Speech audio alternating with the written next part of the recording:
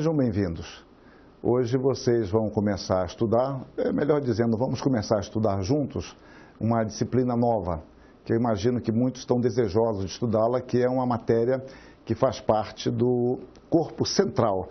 Eu diria que ela é uma espécie de medula da teologia, que é teologia sistemática. Então nós vamos começar a estudar teologia sistemática 1.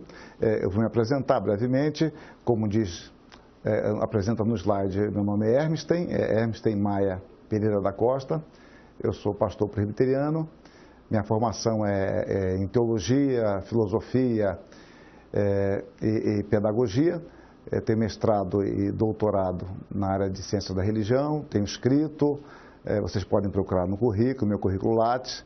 Eu tenho 24 livros publicados e mais de 700 artigos. Essa apresentação eu estou um tanto constrangido de fazer, porque eu pessoalmente não gosto, mas é necessário que vocês tenham uma ideia com quem vocês estão estudando. Isso não quer dizer que vão concordar comigo em tudo que eu penso, obviamente, isso é assim mesmo, a ciência se faz assim, mas é um dinamismo próprio de uma inter-relação, de um tipo de dinâmica diferente entre professor e aluno. Então, a nossa matéria, nós vamos ver o nosso conteúdo programático. Nossa matéria é dividida em 5 capítulos, que é Introdução Geral à Teologia Sistemática, o Deus que se revela, a doutrina da Trindade, a soberania de Deus e a pessoa e obra de Cristo. Nesta primeira aula, nós vamos tratar desse primeiro tópico, que é a introdução à teologia sistemática, que ela é fundamental porque ela lança luzes para outras áreas da teologia que vocês também vão estudar ou já até começaram a estudar algum aspecto dessas outras áreas. Então, nossa matéria está ali, Introdução à Teologia Sistemática. O nosso objetivo da disciplina, de nossa aprendizagem é compreender o conceito e os tipos de estudos teológicos, conceituar os pressupostos e método da teologia sistemática. Vocês vão perceber que isso é muito importante. Estabelecer a importância de conhecer e estudar a teologia. Então, vocês vão tratar comigo, e vice-versa, é um caminho de mão dupla, a questão epistemológica, como se processa o fenômeno do conhecimento.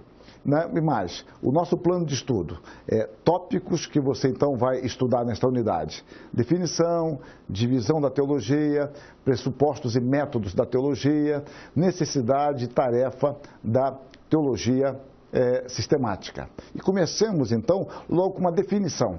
Por que começar com uma definição? Um princípio de lógica formal é que uma definição delimita o campo. A própria palavra definir significa delimitar.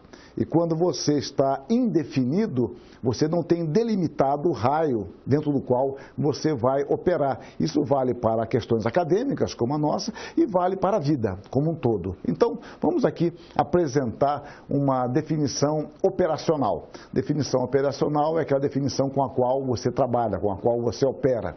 Então, aqui está. Teologia é o estudo sistemático da revelação especial de Deus, conforme registrada na Escritura Sagrada, tendo como fim último o glorificar a Deus por intermédio do seu conhecimento, aplicação e obediência à sua palavra.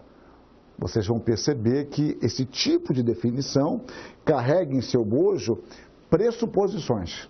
E é óbvio, e eu quero mostrar para vocês no momento próprio, eu já estou dando, digamos, uma lição prática a partir da definição, é que não há aproximação de um assunto sem pressuposições.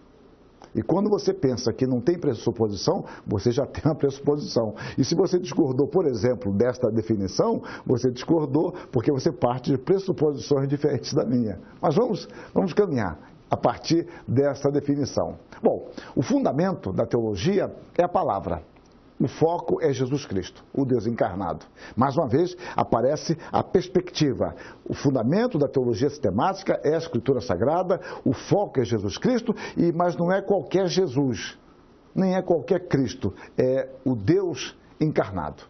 Este é o centro da teologia. Jesus Cristo, ele exerce uma força centrípeta e centrífuga para a teologia. Centrípeta porque todos os temas ele atrai para si e, ao mesmo tempo, todos os temas partem dele. Ele é o centro. Não há teologia bíblica, não há teologia sistemática, não há uma perspectiva cristã da teologia que não tenha Jesus Cristo como centro. Bom, desta concepção, subentende-se, seguindo uma linha de um grande teólogo holandês, Abraham Kuyper, que a teologia ela não é arquetípica, mas sim ectípica. O nome é difícil, dá um certo charme, mas a questão ela é bastante simples. Ou seja, a teologia ela não é gerada pelo esforço de nossa observação de Deus, mas sim o resultado da revelação soberana e pessoal de Deus. Bom, mas por que esse nome? É porque nós temos que voltar ao grego. Arquétipo, arquê, uma palavra grega, quando nós falamos de arquetípica, nós estamos dizendo que a teologia nunca é o fundamento de nossa fé. A teologia não é o ponto de início, não é a alavanca. A teologia, ela é sempre uma cópia. Aí vem a palavra ectipos, que já era usada na filosofia por Berkeley, que significa cópia. Então, a teologia, ela se esforça por ser uma cópia da Escritura Sagrada. A Escritura Sagrada, sim, ela é a fonte de todo o nosso pensar teologia. Então eu digo que uma teologia arquetípica, se é que podemos falar desse modo, pertence somente a Deus, porque somente Deus se conhece perfeitamente, tendo inclusive ciência completa do seu conhecimento perfeito. Ou seja, se houvesse uma teologia perfeita que pudesse ser o arquê de todas as coisas, se há essa teologia, vamos dizer assim, sem querermos ser irreverentes, ela pertence a Deus, porque somente Deus sabe todas as coisas, e Deus não só sabe todas as coisas, mas como sabe que sabe todas as coisas. Então, a nossa teologia é humana. A teologia sempre será o efeito da ação primeira de Deus em se revelar. E esse Deus que se revela, ele inspira e ele ilumina a todos nós por meio do Espírito. Então isso nos conduz a uma atitude de muita humildade, porque nós não somos a palavra final. A nossa teologia não é, obviamente, perfeita. Então a teologia, ela é sempre relativa. Por que relativa? Eu estou usando a palavra relativa, estabelecendo uma conexão de relação. Tomo aqui a definição do grande teólogo suíço do século XX, Karl Barth, quando diz que a teologia é relativa porque ela é relativa à revelação de Deus. Deus precede e o homem acompanha. Este ato seguinte, este serviço, são pensamentos humanos concernentes ao conhecimento de Deus. Observe então que o início da teologia provém de Deus. Há um Deus que se revela. Eu vou tratar mais detalhadamente disso depois. Mas há um Deus que precede e nós o acompanhamos. Nós tentamos entender, relacionar, sistematizar e aplicar esta revelação de Deus, espontânea de Deus. Então, a teologia, um outro aspecto, é extremamente sério para aquele que inicia os seus estudos na teologia. A teologia não termina em conhecimento teórico abstrato. Então, para o jovem, de um modo especial, não exclusivamente, há uma tentação de nós nos fascinarmos com a teologia, que trata de mistérios, esbarra em questões incompreensíveis, busca explicação para coisas que o ser humano comum lida, mas ele não sabe explicar, ou não consegue compreender, ou não consegue enquadrar dentro de um âmbito maior. Isso pode produzir em nós um sentimento de certa arrogância, um sentimento de autossuficiência. Mas entendam, a teologia não termina em conhecimento teórico abstrato. Mas observei, ela não termina, mas não significa que não envolva. Envolve, mas não termina aí. Antes, se planifica no conhecimento prático e existencial de Deus, por intermédio da sua revelação nas Escrituras Sagradas, mediante a iluminação do Espírito. Ou seja, a teologia, ela tem um alvo prático, ela tem um sentido existencial. A teologia envolve abstrações, envolve questões complexas para as quais nós não temos resposta satisfatória, mas ela se planifica no conhecimento prático e existencial de Deus. A teologia não é fazer fofoca sobre Deus. O que seria fazer fofoca? Falar de um Deus desconhecido. Teologia é você falar de um Deus que você conhece e com o qual você se relaciona partindo da Escritura Sagrada, buscando o discernimento dessa teologia no Espírito Santo, na sua iluminação. Então, conhecer a Deus não é saber muito a respeito de Deus. Você pode saber muito a respeito de Deus, ser um teólogo até famoso, conhecido, porque sabe muito de Deus. A questão é, você conhece a Deus? Então, conhecer a Deus envolve relacionar-se. E esse relacionamento envolve obediência. Então, eu gosto muito dessa perspectiva. Conhecer a Deus é obedecer a seus mandamentos. A genuína teologia cristã, ela é compreensível, ela é transformadora e é operante. Ou seja, ela envolve a nossa mente, envolve as nossas emoções e envolve a nossa vontade. Você não pode simplesmente exilar a teologia para fora de você ou apenas para um aspecto da sua existência. Então, a teologia reflete a nossa confissão, nos conduz à reflexão e tem implicações diretas em nossa ética. Se a sua teologia ficar apenas no seu intelecto, essa não é a teologia cristã. Mas, por outro lado, se você se basear apenas em experiências, você também não tem a teologia correta, porque a experiência não é o fundamento é a palavra, mas essa palavra é que vai conferir sentido à sua experiência. Então, o interesse puramente acadêmico por teologia, esse interesse é incapaz de contribuir por si só para a solidificação da teologia e da fé da igreja. Ou seja, você não perde a dimensão da igreja. Você não pensa fora da igreja, no sentido de que todos nós que praticamos teologia, praticamos dentro de uma comunidade de fé, dentro da qual nós estamos inseridos. Então, a teologia é uma expressão de fé da igreja amparada na Escritura. Sempre amparada na Escritura, porque você pode simplesmente dar uma suposta autonomia à sua fé e começar a pensar por conta própria. E cada pensamento pode conduzi-lo a um distanciamento, a um atalho que o afaste da plenitude da revelação bíblica. Então a teologia está relacionada à fé da igreja. E toda teologia, ela é, portanto, apaixonada. Toda teologia é apaixonada. Por quê? Como falar de Deus e de sua palavra de forma objetiva e distante do seu objeto? Eu posso falar de coisas distantes de mim de forma muito simples. Posso tratar da cirurgia de alguém que vai fazer com muita objetividade, vai ser muito simples. A tecnologia moderna é assim, a ciência hoje é assim. Você entra hoje, sai amanhã do hospital, com uma pequena infecção, talvez hospitalar e etc.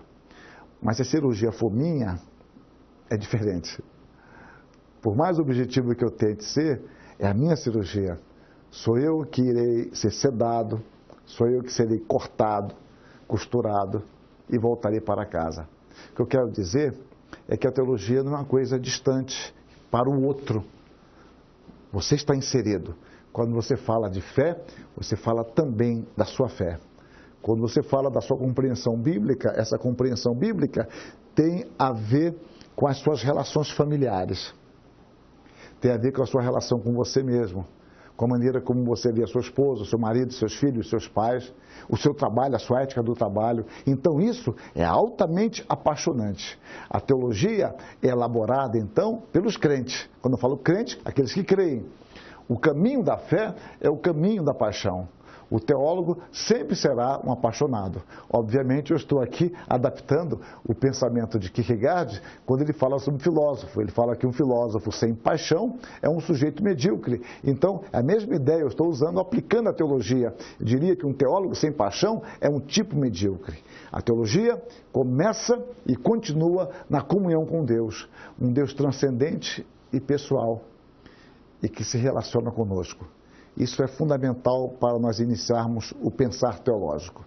Nós temos um Deus que é transcendente, que Ele habita, como diz Isaías, o alto e o sublime, mas também habita com um contrito e abatido de espírito. É com este Deus que nós nos relacionamos. Um Deus que vai muito além de nossa capacidade, mas é um Deus presente. Quando nós oramos a oração do Pai Nosso, isso nós temos em mente, porque nós falamos, Pai Nosso. É um Deus presente, um Deus acessível, é meu Pai, mas é o Pai nosso que está nos céus. É um Deus que reina, mas é um Deus também que perdoa os nossos pecados. É um Deus que é o Senhor, mas é um Deus que cuida do meu pão.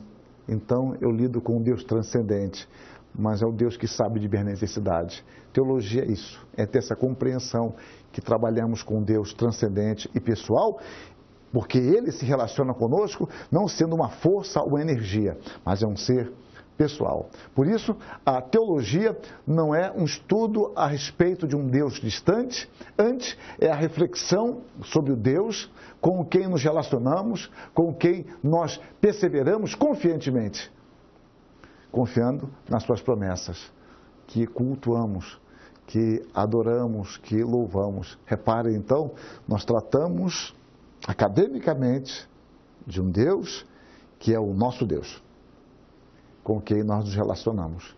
Não apenas durante um período de aula, ou uma leitura de um livro, ou na redação de um texto, mas é um Deus pessoal. A teologia é serva da igreja, afirma o Alistair McGrath, né, um dos grandes eruditos que temos hoje, britânicos, né, que tem escrito muito, uma obra muito próxima de teologia, história da teologia, e também sistemática, embora a área dele mais é teologia histórica. Mas ele resume bem, a teologia é serva da igreja. Este serviço será relevante, o que nós prestamos, o que nós fazemos, será relevante à igreja se antes a teologia for serva da palavra. Quando nós somos servos da palavra, aí nós poderemos de fato apresentar algo relevante para a igreja, para as pessoas que estão lá também, como nós, com seus conflitos, com seus problemas, com as suas dificuldades, precisando ser alimentadas, consoladas, exortadas e corrigidas. Então, a grande virtude de quem serve é ser encontrado fiel. É isso que o apóstolo Paulo fala lá em 1 Coríntios 4:2. Ele se refere à palavra oikonomos, né? De onde vem a palavra economia, e a figura é do mordomo, que cuida da despensa. Então a despensa está aí, nós trabalhamos com essa despensa que Deus nos deu, e a virtude nossa será ser encontrado fiel na ministração, na administração daquilo que Deus nos confiou. Então o teólogo, ele não pode ter outro propósito do que o de glorificar a Deus por meio da compreensão fiel das Escrituras e no seu ensino ao povo de Deus. A teologia, eu mais uma vez cito Alistair McGrath, a teologia é a reflexão sobre o Deus que os cristãos cultuam e adoram. Observem a ordem invertida. Eu falo de fazer teologia e cultuar.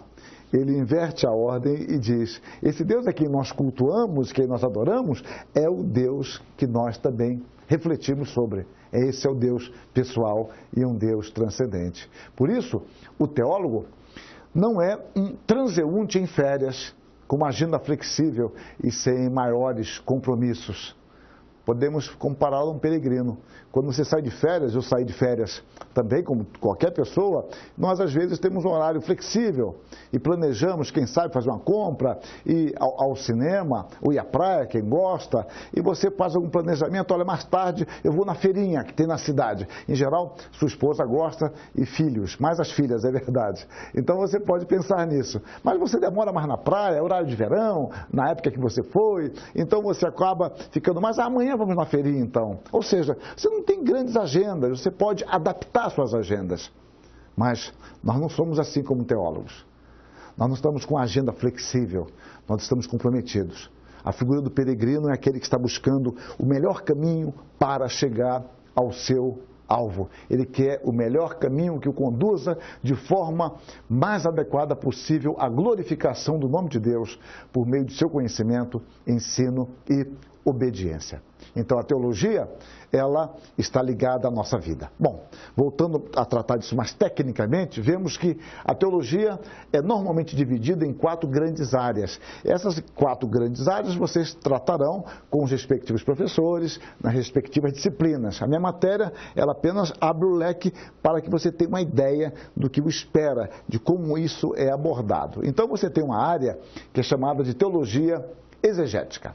Então, O que é a teologia exegética? É o estudo da linguagem bíblica, valendo-se, por exemplo, da morfologia, que é a estrutura da linguagem, você trabalha da lexicografia, o significado das palavras e a sintaxe, funções das várias partes da oração, buscando uma compreensão clara e precisa do texto bíblico. Então, esse é um estudo bastante técnico, que você estuda nas línguas originais, grego, hebraico, exegese. Então, isso está dentro da área de exegética, envolvendo também, obviamente, a hermenêutica, a arte de interpretar.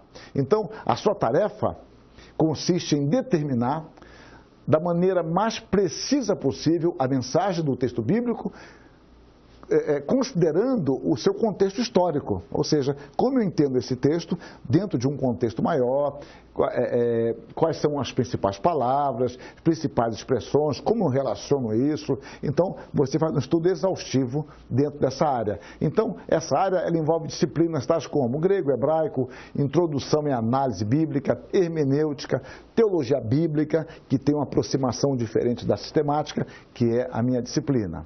Bom, é o estudo da história do povo de Deus, quando você pensa agora em teologia histórica, né? É o estudo da história do povo de Deus, desde o Novo Testamento até os nossos dias. Então você tem teologia exegética, preocupa-se com o texto, a interpretação do texto. A teologia histórica, que vai abranger a história da igreja, a história das missões, desde o Novo Testamento até os nossos dias, né? A teologia sistemática, que é a nossa teologia, eu vou enquadrá-la aqui dentro dos aspectos gerais e depois vamos afunilá-la. Então, a teologia sistemática ou dogmática, no Brasil nós não usamos muito o nome dogmática, é o nome mais comum na Europa, mas o nome dela é sistemática ou dogmática.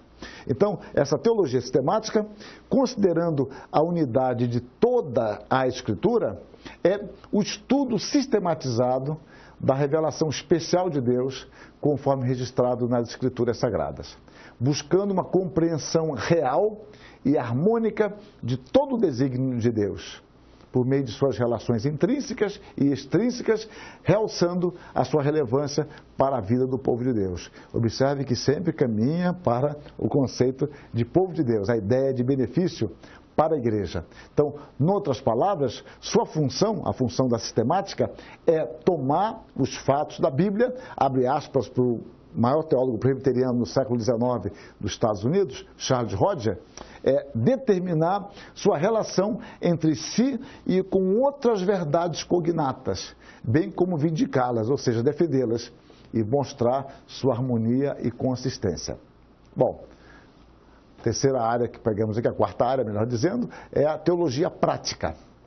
Trata da aplicação prática das doutrinas bíblicas à vida da igreja, envolvendo, por exemplo, a homilética, que é a arte de pregar, a educação cristã, a liturgia e a teologia pastoral, que envolve, por exemplo, aconselhamento cristão. Então, podemos dizer que a teologia prática é o grande ponto de contato entre a academia e a igreja, ou seja, essas disciplinas, o nome já diz, teologia prática, ela conduz todo esse conhecimento exegético, histórico, sistemático à igreja, para o benefício do povo de Deus. Então, é uma área vital dentro dos seus estudos, que vocês terão o estudo próprio, como eu disse, com o docente da área. Bom, visto que toda teologia é comprometida, o alvo de toda reflexão teológica é o culto a Deus e a edificação do povo de Deus para que esse amadureça em sua fé e possa servi-lo com maior integridade. Nós estudamos a respeito de Deus por meio de sua revelação com o propósito de adorá-lo em nossa obediência. Observe então como a questão é bastante prática. Adorar a Deus por meio da nossa obediência. Mas obedecer o quê? O que Deus revela, o que Deus deu a conhecer a nós. E a teologia amplia este conceito, nos dando maior clareza do que Deus quis nos dizer e de fato nos disse na sua palavra. Mas para isso eu tenho que compreendê-la melhor. Vejam como há aqui um leque amplo que se abre diante de nós, que nos ajuda a uma maior compreensão do que Deus deseja e como isso se manifesta em nossa vida. Então, vamos ver agora a questão dos pressupostos e métodos da teologia. Então, nós observamos que nenhuma ciência vive sem pressupostos. Eu chamei a atenção lá atrás, na minha definição, eu falei, aqui tem pressupostos. Nenhuma ciência vive sem pressupostos. E a elaboração de um sistema que seja considerado como uma consequência lógica de sua definição prévia. Ou seja, eu construo o meu saber a partir dos pressupostos que eu tenho e, obviamente, eu quero que essa construção seja coerente com essas pressuposições. Como fica demonstrado, a teologia traz consigo alguns pressupostos, dos quais dependem a sua existência. E isso vale para qualquer matéria e eu vou enfocar a questão da teologia sistemática. Então, retomando a definição de teologia que eu apresentei lá atrás, como sendo o estudo da revelação pessoal de Deus, conforme registrada nas Escrituras Sagradas, em forma de esboço, podemos então indicar os seguintes pressupostos. O que eu estou querendo dizer, quando você trata de sistemática, há alguns pressupostos que mesmo que você não fique pensando neles o tempo todo, eles estão ali. Se você tirar esses pressupostos, a sua abordagem terá que ser diferenciada. Bom, vamos lá. Primeiro pressuposto, a existência de um Deus que se relaciona com a criação. Deus infinito e pessoal, transcendente, que se revela nas Escrituras. O nosso Deus não é como aquele Deus dos deístas, né? Uma palavra que vai surgir no século XVI e é uma corrente forte na Europa, de um modo especial na Inglaterra, séculos XVII e XVIII, um Deus transcendente que deu corda num relógio e deixou o mundo entregue a si mesmo. Não, esse não é o nosso Deus. O nosso Deus, ele é transcendente, mas ele se relaciona, ele se revela, ele se dá a conhecer. Este é um pressuposto fundamental da teologia. Bom, segundo pressuposto, a realidade da suficiência da sua revelação registrada nas Escrituras. Deus por ele mesmo, sujeito e conteúdo da revelação. Ou seja, esse Deus, ele se dá a conhecer, eu não estou falando da revelação geral, que dá-se por meio da criação, mas da revelação especial por meio da Escritura. E essa Escritura nos dá a conhecer a respeito de Deus, mas é Deus mesmo quem fala por meio da sua palavra. Então, a revelação de Deus é um exercício da sua graça, na qual Deus se revela como Senhor e servo sofredor que resgata o seu povo. Então, nós vamos observar, quando chegar no momento próprio, da unidade própria, que Jesus Cristo, então, é o cerne desta revelação. Terceiro aspecto, terceiro pressuposto, a racionalidade humana que se compatibiliza com a revelação condescendente de Deus. Deus criou o homem com a possibilidade de conhecimento real, ainda que não exaustivo. Ou seja, nós cremos que Deus se revela de forma compatível com a nossa compreensão. Isso não significa que eu esgote toda a revelação, mas a forma que Deus usa para se revelar é compreensível a nós. É claro, se Ele nos criou e Ele quer se comunicar conosco, Ele quer tornar comum a nós a sua mensagem, Ele se faz conhecido de uma forma compatível. Agora, este conhecimento nunca será exaustivo, porque Deus é inesgotável.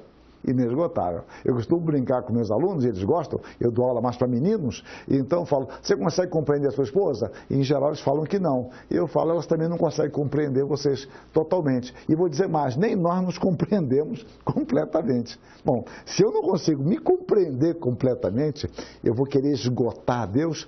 Há um princípio de que o finito não pode comportar o infinito. Eu posso ter ideias claras, verdadeiras, genuínas sobre Deus, mas eu não esgoto a Deus. Bom, quarto pressuposto, a possibilidade do nosso conhecimento está determinado pela própria revelação, ou seja, eu não tenho condições de ultrapassar o revelado. O limite do nosso conhecimento está delimitado pela palavra de Deus. João Calvino, um grande reformador, João Calvino, que como ninguém explorou este aspecto, ele nos apresenta um conselho. E esse conselho de Calvino é um conselho muito presente, não dessa forma, mas a ideia está em Santo Agostinho. E ele diz lá, que esta seja a nossa regra sacra.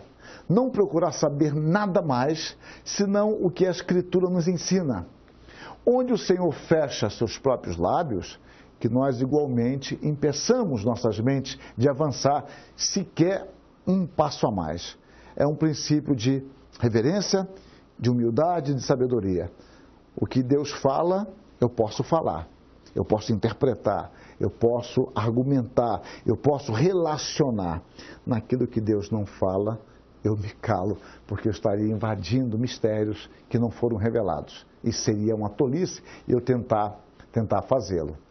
Quinto pressuposto, a capacitação espiritual do homem regenerado para compreender as verdades espirituais da revelação por meio da fé. Bom, eu falei há pouco de compatibilidade intelectual, sim, mas eu preciso também de uma capacitação espiritual. Ou seja, o homem pode entender espiritualmente a Escritura. Deixa eu tentar distinguir isso que eu estou dizendo. Eu posso ter uma compreensão intelectual da Escritura, mas aquilo nada me dizer espiritualmente. Percebam então, aquilo não tem sentido nenhum para mim. Eu entendo racionalmente, mas não faz sentido para mim. Por meio do Espírito, nós podemos ter uma compreensão real da Escritura. Daí a oração do salmista no Salmo 119, 18. Desvenda os meus olhos para que eu contemple as maravilhas da tua lei. A lei é maravilhosa, mas eu preciso que Deus revele isso a mim, me dê compreensão nisso, através da palavra de Deus. Bom, voltando à questão dos pressupostos, já que eu enumerei esses 5, eu digo, os pressupostos se constituem na janela, que a gente pode chamar de quadro de referência, por meio da qual vejo a realidade. Ou seja, eu vou usar uma figura que Calvino usava, é a figura dos óculos.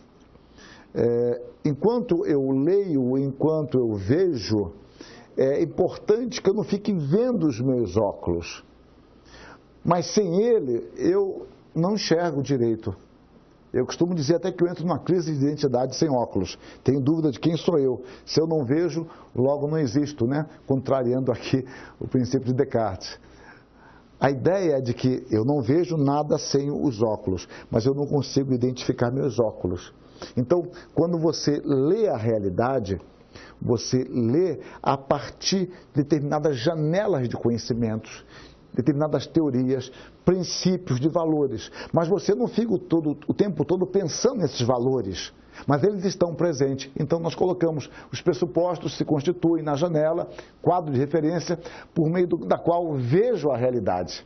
O difícil é identificar a nossa janela, ainda que sem ela nada enxerguemos. É por isso que para nós, eu inclusive me incluo nisso, vocês podem até discordar, eu me acho extremamente simples, claro, objetivo. Mas certamente quem não concorda comigo também se acha assim.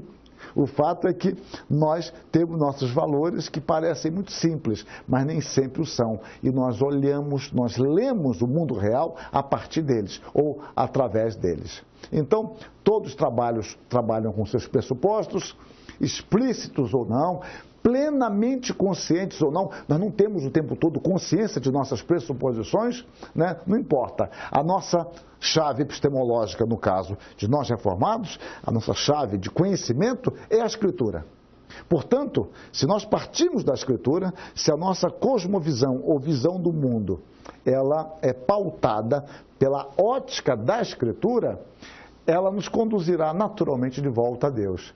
Se a Escritura é a palavra de Deus e nós lemos a realidade a partir dela, obviamente nós seremos conduzidos de volta a Deus. Estes são pressupostos que nós sustentamos. Então, a teologia sistemática, ela parte de cima, fundamentando-se na revelação, fundamentando-se na Escritura. Ela nos oferece um escopo do que Deus deseja de nós e nos fala de qual o propósito de nossa existência em todas as suas esferas. Nós buscamos sempre referências a partir de nós. Então, quando eu falo que algo é grande ou pequeno, eu falo a partir de referências. Se o médico falar para você, olha, a sua pressão ocular está muito alta, está com 28, aí você fala, mas qual seria o normal? 28 não diz nada para você, a menos que você tenha referências. Então, nós costumamos sempre partir de nós. para falar que algo é longe, que é perto, que é grande ou é pequeno. A teologia, ela parte de Deus. Não a teologia pronta, mas parte da revelação de Deus, dentro da qual eu trabalho e eu reflito. A experiência humana, as contribuições científicas e o ensino da igreja, tudo isso deve ser avaliado à luz da Escritura. Porque somente a Escritura é a nossa regra de fé e prática, não a nossa teologia. Que, portanto, a nossa teologia deve estar fundamentada nesta palavra de Deus, do Deus transcendente e pessoal, o Deus que se revela. Então, a teologia busca sempre a glória de Deus como objetivo máximo e final. E este objetivo é alcançado sempre em sua fidelidade à revelação de Deus. A teologia não é um estudo de Deus. É importante entender isso.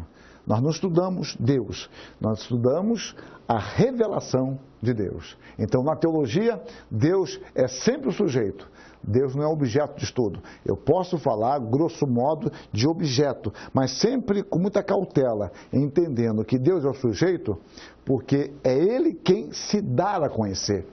E é Ele quem nos atrai para conhecer o que Ele revela. Não é algo que está lá, um bichinho morto, ou mesmo vivo, no laboratório, e eu vou lá dissecá-lo, estudá-lo. Não. Deus não se aplica a isso. Deus é sempre um sujeito que vem a nós. Ele é que veio a nós por meio da sua palavra e Ele que vem a nós por meio do seu Espírito, nos capacitando a estudar a sua revelação. Então, Deus se revela ao homem e, mais uma vez, ativamente, Ele fornece os meios para a compreensão dessa revelação, o Espírito Santo. A teologia, como vimos, é sempre o efeito de uma ação primeira, reveladora, inspiradora e iluminadora de Deus por meio do Espírito. Emil Brunner, um outro grande teólogo suíço do século XX, colocou nestes termos: quanto mais conhecemos Deus, mais compreendemos e sentimos que seu mistério é inescrutável. É magnífico isso. A ideia é oposta do que nós pensamos. Conforme nós vamos conhecendo mais, vamos vendo que a coisa se torna mais fácil, que eu vou tendo um domínio maior. Agora resta pouco para eu dominar. Não. Quanto mais nós conhecemos a Deus, nós vamos tendo uma dimensão maior do mistério de Deus, que é inescrutável. Aquilo que Isaías diz e Paulo responde, Paulo repete: ó profundidade da riqueza do conhecimento de Deus. Quão inescrutável são os seus caminhos, são os seus conselhos. Alguém já aconselhou a Deus? Eu estou parafraseando, obviamente, Romanos 11, de 33 a 36. Então, voltando, a douta ignorância faz parte essencial da genuína teologia sistemática. O que é isso, douta ignorância? Eu estou tomando uma expressão de Nicolau de Cusa, mas cujo conceito já estava em Agostinho e Calvino também usa, aplicando a teologia. É que nós conhecemos mais a Deus e quanto mais o fazemos, nós vamos tendo uma noção, uma dimensão mais clara da nossa ignorância. Então essa ignorância é sábia, porque sabe o quão limitado nós somos e que nós não podemos avançar mais. E mesmo dentro do que Ele nos dá, nós temos uma dimensão de que não esgotamos isto, o revelado. Então, a douta ignorância faz parte essencial da teologia. O conhecimento de nossa limitação não é inato. Antes é precedido pela revelação. Antes achávamos que sabíamos muito e nada sabíamos. A revelação vem de Deus, por meio da sua palavra, e vai nos mostrando mais. Eu me permito citar aqui um exemplo pessoal. Eu sou pastor há quase 40 anos e leciono ao mesmo tempo, há 37 anos, desde que eu me formei. E hoje eu sei que conheço menos de Deus do que conhecia antes. Ou, dito de uma outra forma, eu tenho consciência de que Deus é muito maior para mim hoje do que quando eu me formei. A ideia é de que quanto mais você estuda sobre Deus, aumenta a sua compreensão do mistério. Essa é a ideia. Então, sem a revelação de Deus, não há teísmo, não há ateísmo, nem agnosticismo. Se Deus não se revelasse, nós jamais o conheceríamos e jamais o negaríamos. É uma ideia que jamais teríamos. É no encontro com Deus que tomamos conhecimento de nossas limitações. Então, sem a revelação, o homem passaria toda a sua vida, estaria na eternidade sem o menor conhecimento de Deus. Por mais engenhosos que fossem os seus métodos, por mais sistemáticas que fossem as suas pesquisas, por mais que evoluísse a ciência, o homem nunca conseguiria chegar a Deus ou mesmo a ideia de Deus. Nós ignoraríamos totalmente a Deus e ignoraríamos a nossa própria ignorância. Nós nem teríamos consciência da nossa ignorância de Deus. Hendriksen, um comentarista bíblico de primeira linha do Novo Testamento, ele coloca a questão nesses termos. No Filho temos a revelação última de Deus. Da mesma forma como é verdade que quem viu o Filho viu o Pai, também é verdade. Quem não viu o Filho não viu o Pai. Digo eu, Jesus Cristo então é a medida da revelação. Nós conhecemos a Deus por meio de seu Filho, de Jesus Cristo. Daí eu volto ao ponto. Jesus Cristo é o centro da revelação, é o centro da fé cristã e é o centro de toda a teologia. Lembremos-nos então, mais uma vez, das palavras de Abraham Kuyper. O homem não pode se colocar sobre a Bíblia para fazer uma investigação de Deus. Deus é quem se comunica, é Deus quem vem ao nosso encontro, é Deus quem se dá. Ele é sempre o sujeito, nunca objeto nessa relação de conhecimento epistemológico, sujeito e objeto. Deus transcende essa mera relação, ele é sempre sujeito. Na revelação ocorre uma mudança de referência, como eu falei há pouco. Eu começo por mim, na relação com Deus, começa-se por Deus. Deus é o sujeito, é Ele quem vem ao nosso encontro. Nós que nos acostumamos sempre a pensar a partir de nós, e é natural, às vezes eu falo para alunos meus em alguma cidade do Brasil, e pego, por exemplo, 2 bairros distantes, e pego onde nós estamos. Então, vamos supor que eu esteja em São Paulo, um lugar que eu também trabalho, então lá eu estou no Campo Belo. Campo Belo é zona sul, perto do aeroporto de Congonhas. Então eu estou lá e tem alunos que moram em Suzano, por exemplo, que já é um outro município, ou que moram no extremo da zona leste, ou extremo da zona sul ou da norte, e eles podem dizer, é longe o seminário? E a minha pergunta é, o seminário é longe ou você que mora longe? E eles podem brincar comigo. Ah, o senhor acha perto porque eu sou se hospeda aqui. E de fato, se eu me hospedo lá, eu acho pertíssimo sair do meu quarto, tomar um café e ir para a sala de aula. Mas para eles não. Mas é isso. E é claro, quando eu estou em outro lugar, eu acho distante também a partir de onde eu estou. Quando eu vou para o Nordeste, a gente fala, puxa, o Nordeste é tão longe. E quando você está lá, eles falam, poxa, São Paulo é tão longe, Maringá é tão longe, Rio de Janeiro é tão longe. Ou seja, as referências. Então, nós nos acostumamos a pensar a partir de nós. Nós devemos entender que nós não somos a medida de todas as coisas. É uma forma habitual de pensar, mas nós não somos. Eu estou voltando àquela frase tão difundida no Renascimento, voltando aos sofistas, né, a Protágoras, na sua obra perdida, né, Aletheia, quando ele diz, o homem é a medida de todas as coisas, das que são enquanto são e das que não são enquanto não são. Essa frase é revivida no humanismo renascentista. Mas nós não somos a medida, nós não somos o padrão de avaliação de todas as coisas, nós não somos o ponto de partida. Somos o fim da revelação graciosa de Deus. Ou seja, Deus se revela a nós, mas nós não somos o ponto de partida. A teologia, então, reconhece a centralidade real de Deus em todas as coisas, tendo como alvo principal a glória de Deus, sabendo que as demais coisas serão acrescentadas.